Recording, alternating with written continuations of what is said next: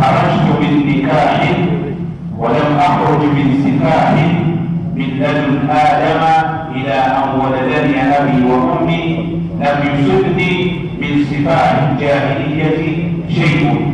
صدق رسول الله صلى الله عليه وسلم.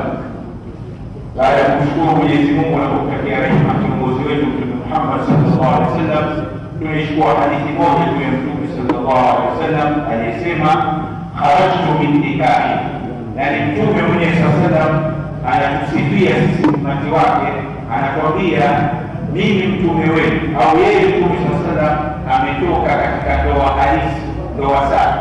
Wala fakhruj min sifahi, sikutoka katika uzinzi au zinaa. من لدن آدم تكيه أبو البشر نبي آدم عليه السلام إلى أن ولدني أبي وأمي فقط نزاب بيان ومياه لم يصبني من صفات الجاهلية شيء. sikupatwa na uchafu wa zinaa kitu chochote.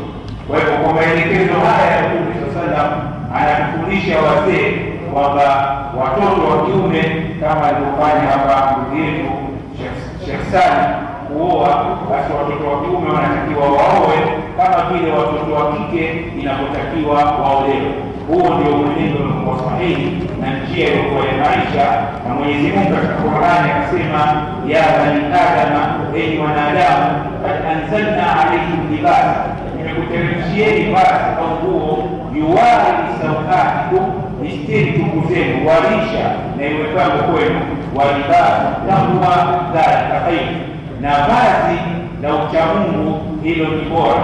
Kwa hivyo tufahamu kwamba ndoa ni vazi miongoni mwa mavazi ya uchamungu. idha almar'u lam yalbas thiyaban min at-tuqa taqallaba uryanan walau kana kasiya wa khayru libasi al-mar'i ta'atu rabbih. Imekuja riwaya mbili, moja inasema wa khayru libasi al-mar'i na nyingine wa khayru khisali al-mar'i, bora katika mambo ya mja, bora katika mavazi ya mja, ta'atu rabbih, kumtii Mola wake, wala khaira, hapana kheri wala bora fi man kana lillahi asiya, kwa atakayekuwa na maasi Mwenyezi Mungu. Kwa hivyo hapa tumepata ushahidi kwamba ndoa ni ibada. Ndoa ingekuwa si ibada, Mungu asingesema wala taqrabu zina, watu ingekuwa wameruhusiwa kuzini, lakini wala taqrabu zina innahu kana fahishatan wa sa'a sabila. Kila mtu akizini anapata laana na anapotea.